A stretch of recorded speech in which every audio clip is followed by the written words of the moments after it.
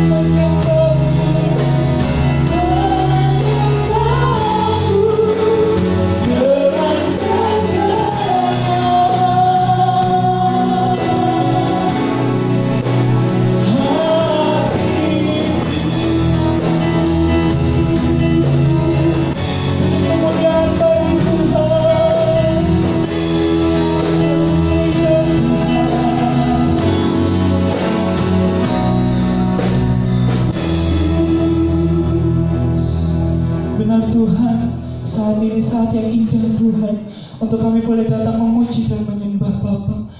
Karena ini suatu kerinduan kami Bapa, untuk selalu dekat denganmu Tuhan, menikmati segenap kasih setiamu Tuhan. Haleluya Bapa. Tuhan, pada kesempatan pagi hari ini kami mau datang untuk memuji memuliakan nama-Mu di tempat ini, beribadah Tuhan. Kiranya Kau akan memberkati ibadah kami dari awal, pertengahan hingga akhirnya nanti. Biarlah hanya lawatan-Mu, rencana-Mu yang boleh terjadi atas ibadah kami Tuhan. Kami juga berdoa untuk setiap saudara-saudara kami yang mungkin masih dalam perjalanan. Kiranya Kau akan tibakan di tempat ini dengan selamat Bapa. Bertemu Engkau, bertemu kami, untuk sama-sama memuji memuliakan nama-Mu Tuhan.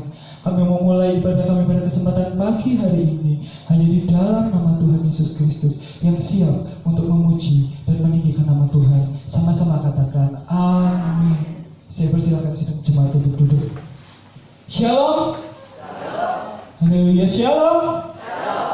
Kita yang ada di tempat ini adalah umat yang lebih dari pemenang. Amin. Haleluya, karena jika Allah di pihak kita, siapa yang dapat melawan? Oleh karena itu, kita patut bangga, kita patut bersyukur karena kita dijadikan Tuhan sebagai umat yang lebih dari pemenang. Lebih dari pemenang.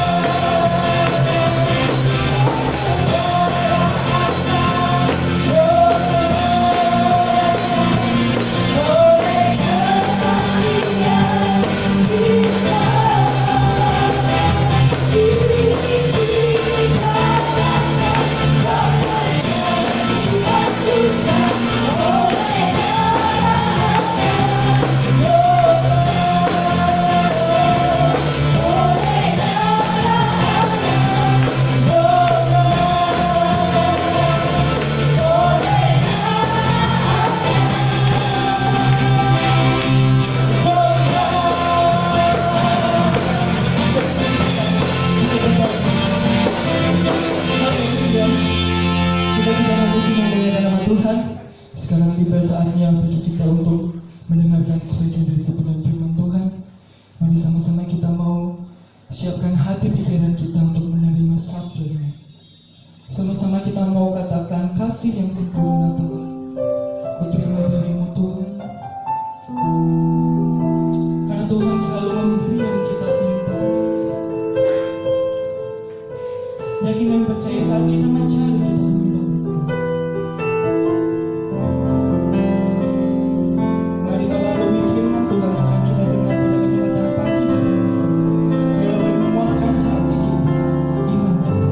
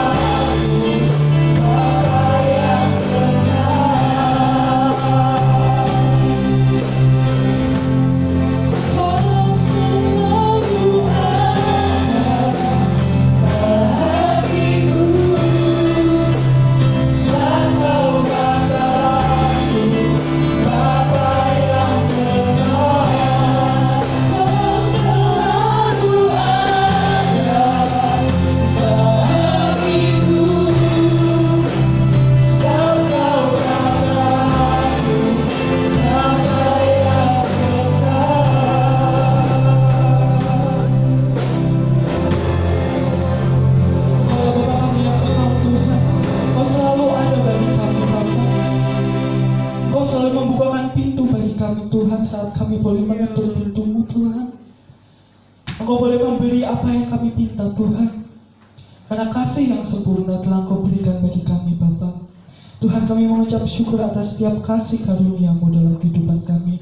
Terlebih sebentar kami juga akan mendengarkan sebagian dari kebenaran firman-Mu Bapa.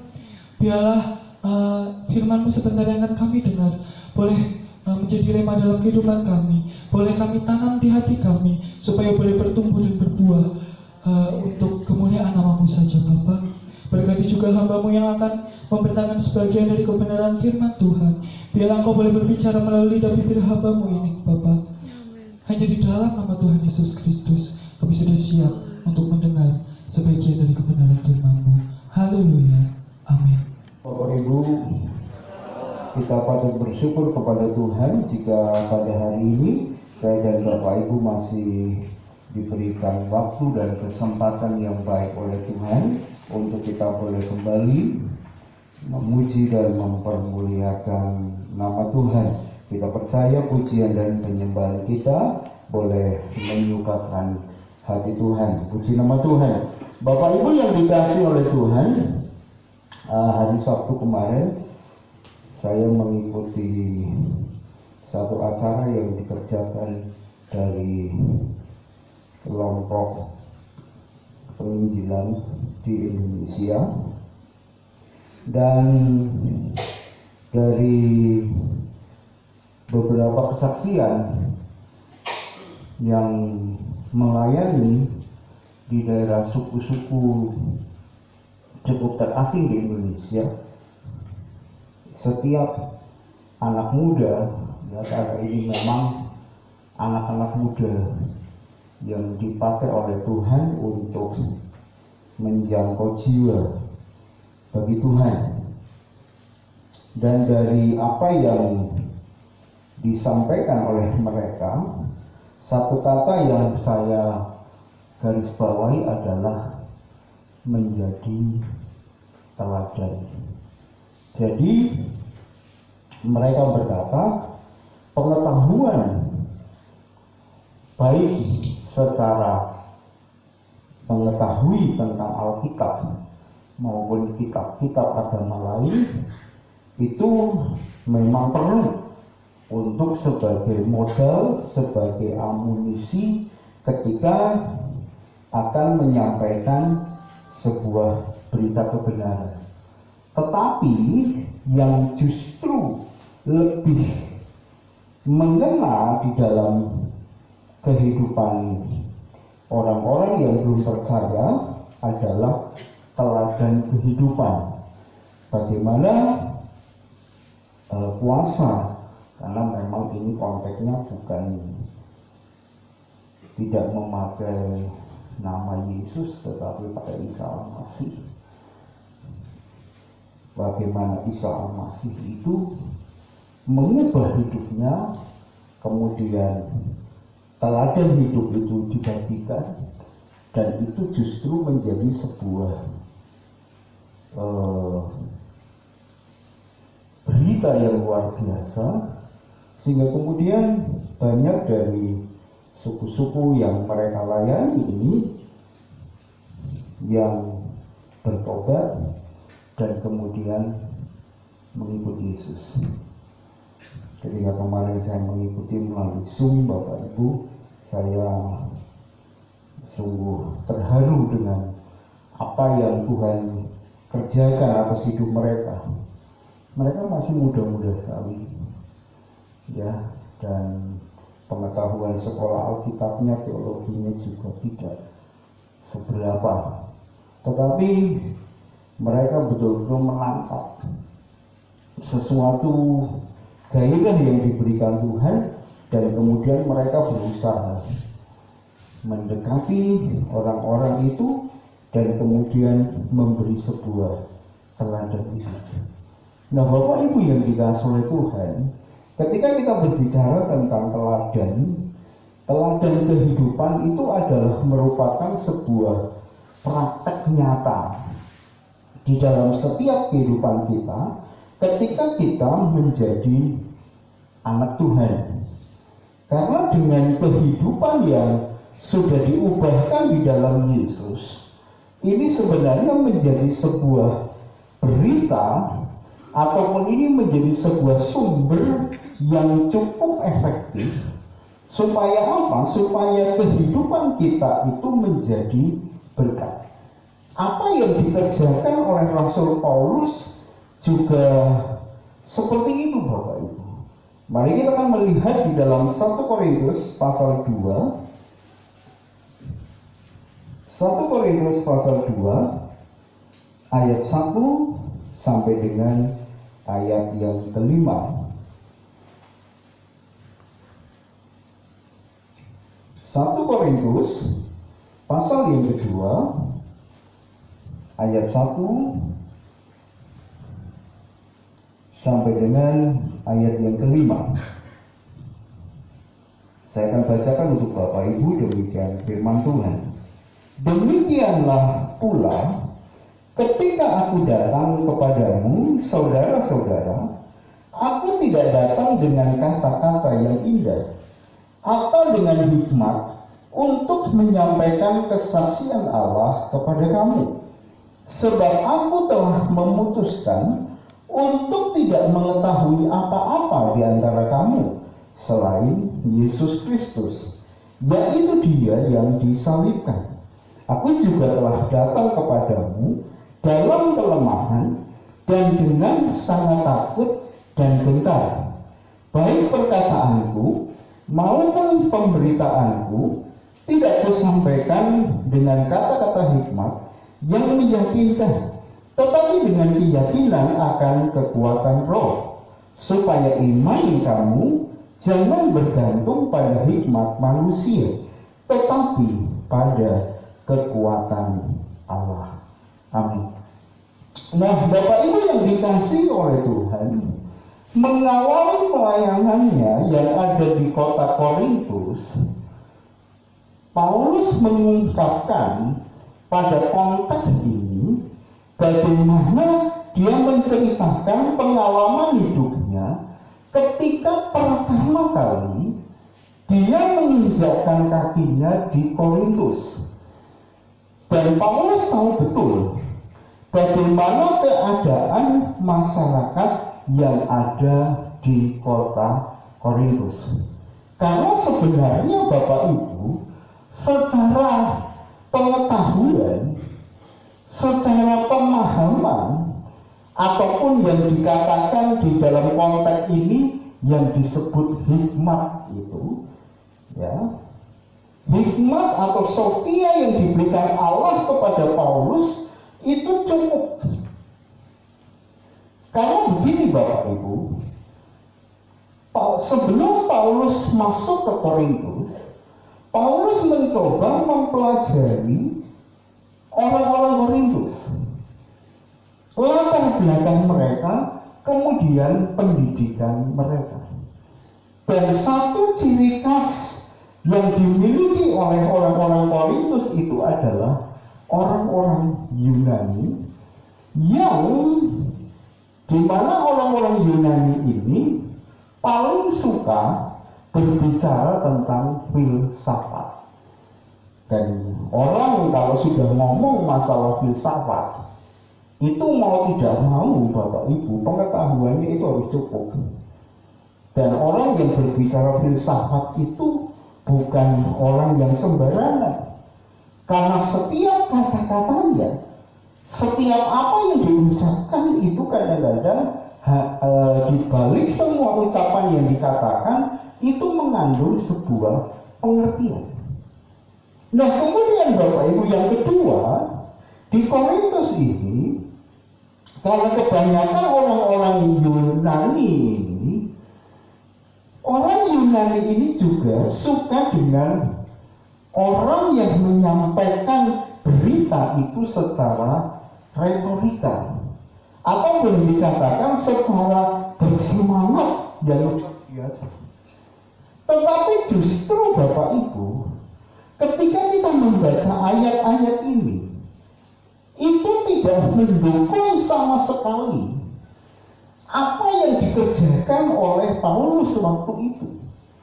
Justru dia berkata di ayat yang pertama disebutkan, ketika aku datang kepadamu saudara-saudara, aku tidak datang dengan kata-kata yang indah atau dengan hikmat untuk menyampaikan kesaksian Allah kepada kamu. Jadi justru sepertinya Paulus tidak gunakan itu semua. Dia berkata, aku tidak datang dengan kata-kata yang indah. Aku tidak mau mempergunakan itu. Kalau dihitung secara boleh disebutkan matematika atau untung ruginya, Paulus melakukan tindakan ini sebenarnya rugi. Dan menjadi tantangannya adalah Paulus bisa-bisa tidak didengarkan karena dia menyampaikan berita bukan dengan sesuatu yang indah, bukan dengan kata-kata yang indah. Sementara orang-orang itu sudah biasa mendengarkan retorika, mendengarkan berita itu dipoles sedemikian rupa oleh sang pembicara itu, sesuatu yang betul-betul sangat-sangat indah. Tapi justru di sini Paulus berkata, aku datang bukan dengan kata-kata yang indah. Boleh dikatakan kalau saya terjemahkan secara bebas Bapak Ibu, Paulus ini ya datang apa adanya, itu saja. Bukan dengan sesuatu yang kata-kata yang bisa menarik mereka, itu tidak. Tetapi yang dikerjakan oleh Paulus adalah dia berita yang disampaikan itu, ayat yang kedua disebutkan, sebab aku telah memutuskan untuk tidak mengetahui apa-apa di antara kamu selain Yesus Kristus, yaitu Dia yang disalibkan.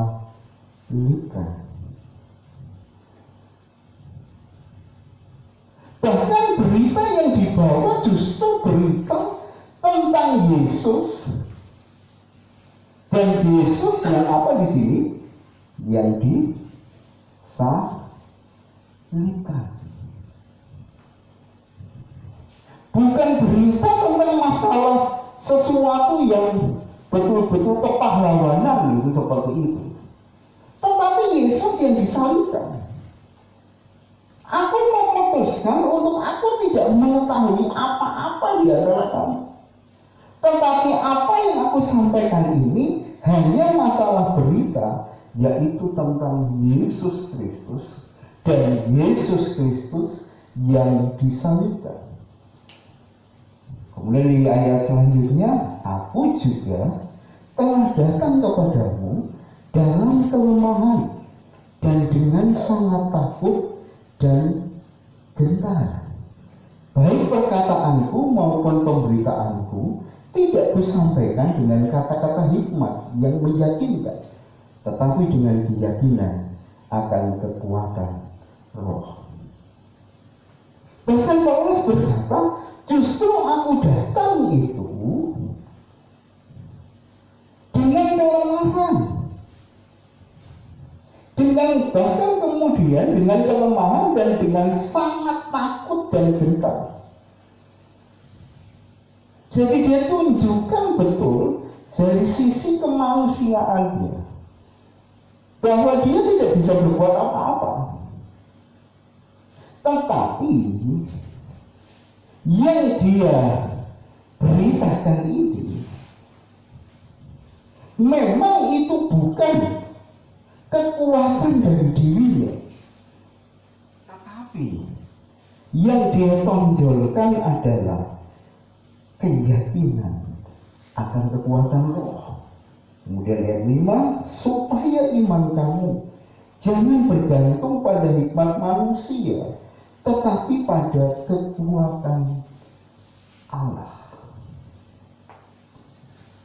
Jadi boleh dikatakan di sini Bapak Ibu yang dikasihi oleh Tuhan, Paulus sedang berbicara bahwa apa yang ada padaku itu tidak ada apa-apanya. Semua itu syarat dengan sebuah kelemahan. Walaupun secara boleh disebutkan secara pendidikan, secara pengetahuan, Paulus ini termasuk orang pintar. Kalau dihitung dari konteks hikmat dunia atau pengetahuan dunia, Paulus ini sebenarnya bisa membanggakan diri. Karena apa? Dia adalah murid dari Gamaliel. Bahkan kalau hitungan, kalau zaman dihitung kepada zaman sekarang, lulusannya Paulus jadi murid Gamaliel itu, kalau boleh dikatakan IP-nya itu adalah IP di atas rata-rata, atau boleh lulus dengan cum laude. Jadi dia yang terbaik dalam pendidikan di Gamaliel. Tetapi itu bukan yang dia tonjolkan. Itu tidak ada apa-apanya sama sekali. Tetapi yang dia beritakan itu adalah tentang bagaimana kekuatan Allah yang menyertai kehidupannya, dan kekuatan Allah ini yang diberitakan oleh Paulus, walaupun memang dengan sederhana, tidak dengan hikmat, tidak dengan kata-kata yang indah, tetapi Paulus menekankan kepada ketergantungannya kepada kekuatan Tuhan. Bahwa kekuatan Tuhan itu mampu mengubahkan kehidupannya secara pribadi Paulus sebagai pemerintah, dan kemudian yang kedua itu mampu mengubahkan orang yang mendengar. Karena apa? Bukan kekuatannya yang dibanggakan, tetapi adalah kekuatan Tuhan, kuasa Roh Tuhan yang betul-betul diandalkan oleh Paulus. Dan kuasa Tuhan ini yang sanggup mengubahkan secara pribadi hidup Paulus, dan kemudian bisa mengubahkan pendengar yang waktu itu mendengar berita tentang, walaupun yang diberitakan adalah salib Yesus Kristus. Kekuatan apa? Sampai-sampai dia berkata di ayat 5, supaya iman kamu jangan bergantung pada hikmat manusia. Kata yang dipakai di sini, supaya iman kamu jangan hanya bersandar kepada kekuatan manusia. Tentang hikmat, tentang kegagahan manusia, bukan. Kenapa seperti itu Bapak Ibu? Karena pada hakikatnya keberadaan manusia itu mudah untuk berubah. Tetapi yang ditekankan di sini, tetapi pada kekuatan Allah. Ini penting Bapak Ibu, dimiliki oleh kehidupan kita sebagai orang yang percaya, yang hidup pada masa-masa ini. Bahwa percaya kita, keyakinan kita, iman kita, walaupun memang antara satu pribadi dengan pribadi yang lain, imannya tentunya beda-beda, tidak mungkin sama. Betul ya? Betul ya? Walaupun suami istri imannya bisa beda, walaupun mungkin suka berdoa bersama, imannya berbeda. Tetapi yang ditekankan oleh Paulus di sini adalah dasarnya Iman boleh berbeda, tetapi biarlah iman itu bergantung bukan karena hikmat ataupun kekuatan manusia, tetapi biarlah bergantung penuh kepada kekuatan Tuhan. Karena ketika kita bergantung penuh kepada kekuatan Tuhan, Bapak Ibu, maka kekuatan dan kuasa Tuhan itu yang mampu kita rasakan dan kita nikmati. Bagaimana saya dan Bapak Ibu diubahkan oleh Tuhan menjadi pribadi yang berubah. Makanya kalau kita belajar di dalam kitab Roma pasal 12, biarlah engkau berubah sesuai dengan pembaharuan budimu, supaya kamu bisa mengerti kehendak Allah, mana yang baik, mana yang tidak baik, diarahkan menuju kepada kesempurnaan. Dan pada masa-masa sekarang, pada konteks dunia yang sekarang ini sangat penting sekali untuk supaya iman kita itu bukan karena manusia, bukan mengikuti manusia, standarnya manusia. Karena kalau standarnya orang lain, Bapak Ibu, maka seringkali kita akan dikecewakan. Tapi kalau standar kita kepada kekuatan Tuhan, kekuatan Tuhan yang tidak ada batasnya itu, kuasanya yang hebat itu, kemudian kita mengandalkannya. Bahkan kalau kita mengingat ketika Yesus mengajarkan tentang iman, kepercayaan, iman sebesar biji sesawi saja bisa apa? Memindahkan gunung. Iman sebesar biji sesawi saja bisa memindahkan gunung.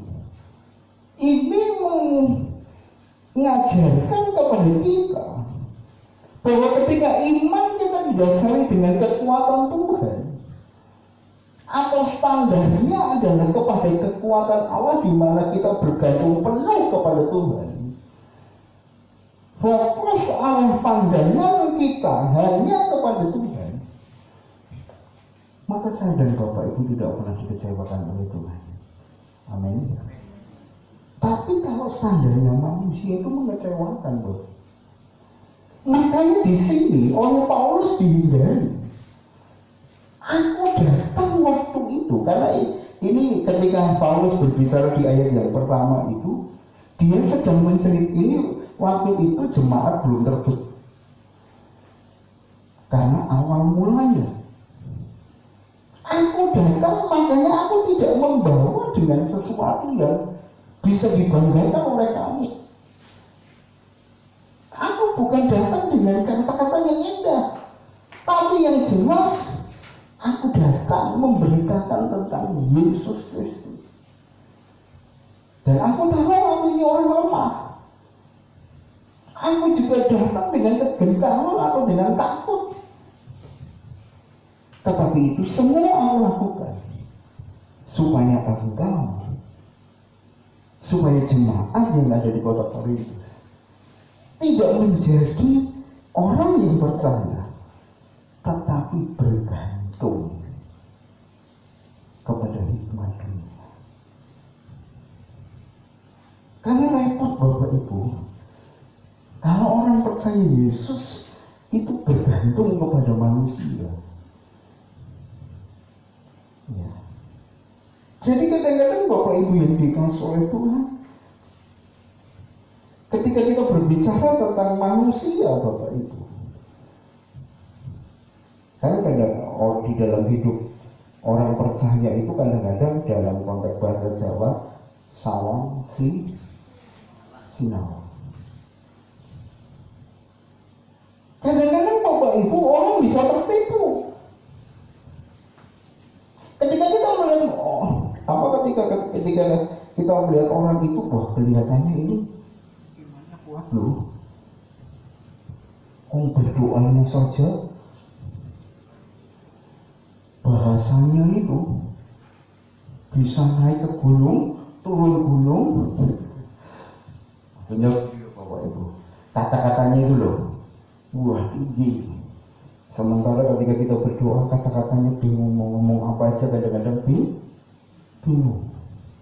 Nyanyinya pinter, tapi belum tentu imannya. Banyak di antara kita yang tertipu dengan kontak penampilan manusia. Kalau ngomong tentang Tuhan itu bisa saja. Bahkan mungkin ada orang yang hafal terhadap firman Tuhan. Kadang-kadang pendeta saja kalah. Bahkan kadang-kadang pendeta diajari. Tapi ketika terbentur kepada sebuah persoalan, ketika terbentur kepada problem, di sini menentukan apakah imannya bergantung kepada kuasa Tuhan atau bukan. Jadi Bapak Ibu yang dikasih oleh Tuhan, nggak masalah Bapak Ibu, kita ini kelihatannya sederhana, biasa-biasa saja, tetapi imannya luar biasa. Amin. Jangan biasa-biasa saja, sederhana, imannya juga sederhana. Kadang-kadang ini yang kadang-kadang menjadi sebuah problem Bapak Ibu. Makanya ketika saya merenungkan apa yang dikerjakan oleh Paulus ini, bahwa iman itu harus betul-betul bergantung sepenuhnya kepada kekuatan Tuhan. Jadi supaya apa yang kita kerjakan di dalam hidup kita, apa yang kita lakukan, keyakinan kita kepada Tuhan juga, itu karena semuanya kekuatan Tuhan. Tuhan yang memegang kendali penuh di dalam hidup kita, bukan kekuatan manusia. Bapak Ibu yang dikasih oleh Tuhan, satu pergumulan saya, walaupun kalau saya mempersiapkan khotbah itu boleh dikatakan sudah cukup, tapi begitu saya mau khotbah Bapak Ibu, saya itu betul-betul berdoa kepada Tuhan, biarlah bukan karena pikiran saya, tetapi biarlah itu karena kekuatan Tuhan. Kadang-kadang Bapak Ibu, saya kadang-kadang mencatat dengan satu persiapan yang boleh dikatakan dibaca saja bisa lah. Tapi kadang-kadang ketika dalam posisi seperti ini, saya belajar untuk bergantung penuh kepada Tuhan. Sehingga kadang-kadang apa yang saya tuliskan banyak yang tidak saya omongkan. Karena apa? Kembali kepada kekuatan Tuhan. Nah Bapak Ibu yang dikasih oleh Tuhan, kita juga merindukan supaya di dalam pemahaman kita, iman kita kepada Tuhan, biarlah iman kita itu betul-betul sungguh-sungguh bergantung sepenuhnya kepada kuasa Tuhan. Karena kuasa Tuhan itu tadi saya sudah sampaikan, bahwa kuasa Tuhan itu sanggup melampaui segala batasan dunia ini. Sehingga kemudian apa yang dikatakan Yesus bahwa iman sebesar biji sesawi saja itu bisa memindahkan gunung. Karena apa? Bersandar penuh kepada kekuatan Tuhan. Karena ketika iman kita bersandar penuh kepada kekuatan Tuhan, itu akan mempengaruhi ketika kita berdoa, ketika kita berharap kepada Tuhan, ketika kita memuji Tuhan, ketika kita sedang bersekutu dengan Tuhan. Itu akan mempengaruhi daya kekuatannya. Itu dirasakan di dalam setiap hidup kita. Sehingga Bapak Ibu, kuasa Tuhan itu akan memberi sebuah kelegaan yang luar biasa di dalam hidup kita. Kuasa Tuhan memberi sebuah jawaban yang luar biasa. Karena apa? Saya dan Bapak Ibu bergantung sepenuhnya kepada kekuatan Tuhan. Kiranya firman Tuhan memberkati. Mari kita bersama-sama datang kepada Tuhan. Amin.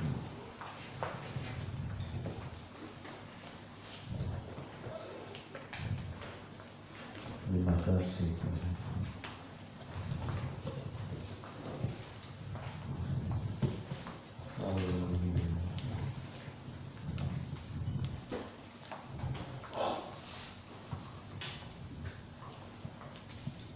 Terima kasih.